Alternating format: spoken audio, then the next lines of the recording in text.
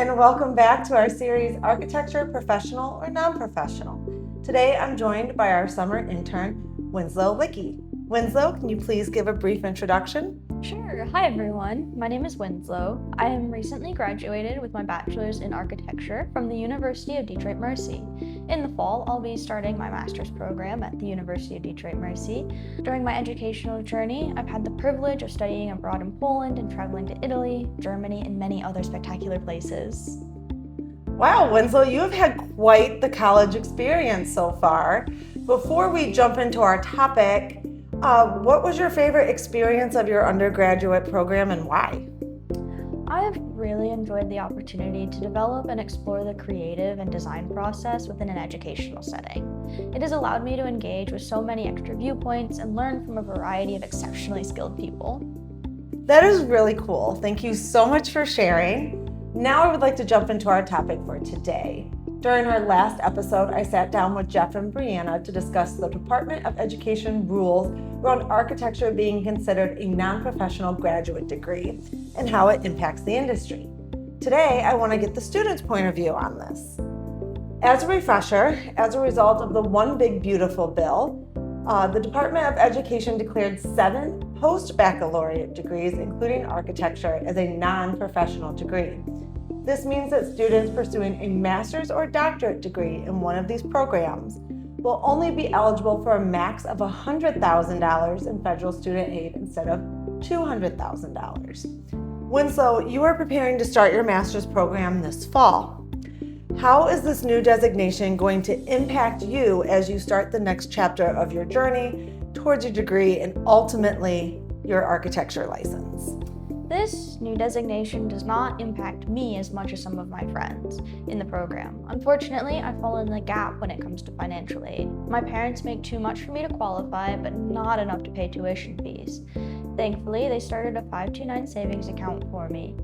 That means if school costs $14,000 a semester, I can take that out, plus whatever I've earned in scholarships. This account has been a huge help since I'm not eligible for student loans. I highly recommend parents look into getting a 529 saving account for their kids. I'm also fortunate to receive $8,000 of reoccurring scholarships. Sadly, they don't roll over into my master's program, but they have been very helpful in completing my undergraduate degree. I have heard of so many students these days falling into the gap when it comes to financial aid. The National College Attainment Network reported in September of last year that post-secondary education is important but still remains out of reach for students across the country. I'm glad that your parents started that savings account for you, and I hope that more people take advantage of accounts like that to help bridge the gap. Although even with the savings account, I know college is not cheap. I looked up the University of Detroit-Mercy's tuition for an undergraduate architecture student. If you live on campus, estimated tuition and fees are $51,482, with tuition only being $34,802 of that cost. What are some of the additional fees outside of tuition that students have to pay for? Before I jump into additional fees, I want to point out that when I started as a freshman, my tuition was $32,000 a year. Since then, it's increased twice to the numbers you just mentioned. I can't speak to the master's program fees yet because I have not started, but I have to imagine those fees have increased as well. But back to your original question, there are a lot of additional fees that students need to consider when paying for college. Technology fees, room and board, school supplies, textbooks, and a laptop at the minimum. For the architecture program specifically, I need subscriptions to modeling software like Revit, graphic softwares like the Adobe Suite, model making materials, gas, and access to a car for site visits. Then I'm also required to have a student NCARB account to log all of my AXP hours. I also studied abroad, which was technically optional, but the way it was discussed didn't make it seem so. Finally, due to the required software, I can't use an average laptop. I essentially need a gaming computer to manage the size of the download software and the graphic requirements.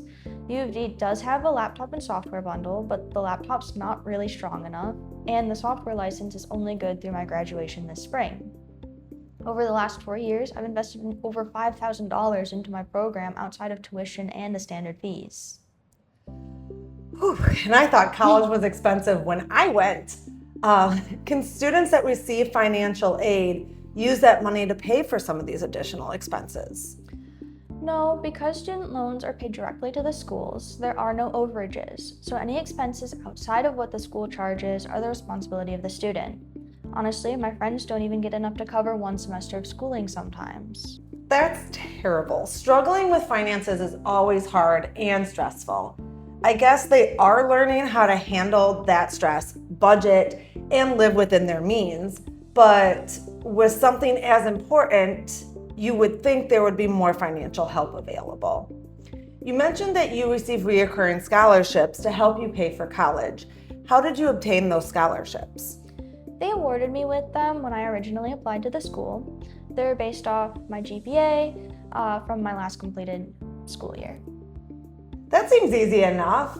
Did they do the same thing when you applied for your master's program? I'm not sure, but I don't believe U of D does. We can apply for scholarships outside of the program. The dean sends out scholarship opportunities that students can apply to through the school, the city, the state, and more. And there are a lot of scholarships out there. They're not hard to find. You just need to put in the work to apply for them and be honest that you're not going to get everything you apply to. That makes sense. And that's a great segue into discussing your master's program. Are you already accepted into the master's program at U of D? Yes, I received my acceptance letter in January of 2026. That's really exciting. Congratulations. Thank you. Did you apply to only U of D or did you apply to some other programs as well? I applied to 3 different programs. I chose U of D because they were the most cost effective and their program's only 36 credit hours. Other programs are longer and therefore more expensive. Looking at U of D's 2025 to 2026 tuition and fees for the graduate architecture program, they have a flat rate per term for 12 to 18 credit hours for $17,401. If the total program is 36 credit hours, that's $34,802 for all 36 credit hours. This does fall within the amount financial aid is available for students under the new ruling. But based on your knowledge of an architecture master's program and that your undergraduate tuition has already been raised twice in 4 years, do you think students could successfully afford to not only attend but actually participate in the program? Yeah, I mean, some people do somehow. There are just over 40 people in my year, but often at the cost of taking on personal debt, having to work through heavy credit semesters, and the additional stress of that financial strain. This doesn't account for everyone that is constantly priced out of higher education for all the reasons we've discussed so far and more. I get it. I almost couldn't graduate with my bachelor's degree because of money, but by working 3 jobs and going to school full time, I was able to accomplish it. My friends were making jokes that they were going to put a cot in the library because if I wasn't in class and I wasn't at work, I was in the library studying. So that made the sacrifice worth it. For the purpose of this conversation, I graduated from Eastern Michigan University in December of 2015. You can only imagine how the cost of college has changed over the last 10 years. Thinking about everything that you know about the new rules around post-baccalaureate degrees and the experiences of yourself and your friends in the architecture program at U of D, what are some challenges and potential impacts you could see this having on the architecture industry as a whole? Well, we've already spoken about how it prices people out of attending master's programs and therefore getting their license, which can limit the number of voices we have entering the field and getting ready for licensure. For sure, and thank you, Winslow, for taking the time to come and talk to me today on the topic and sharing your insights. It's so easy for us outside of school to form an opinion on this topic, but you are the demographic that is actually being impacted the most.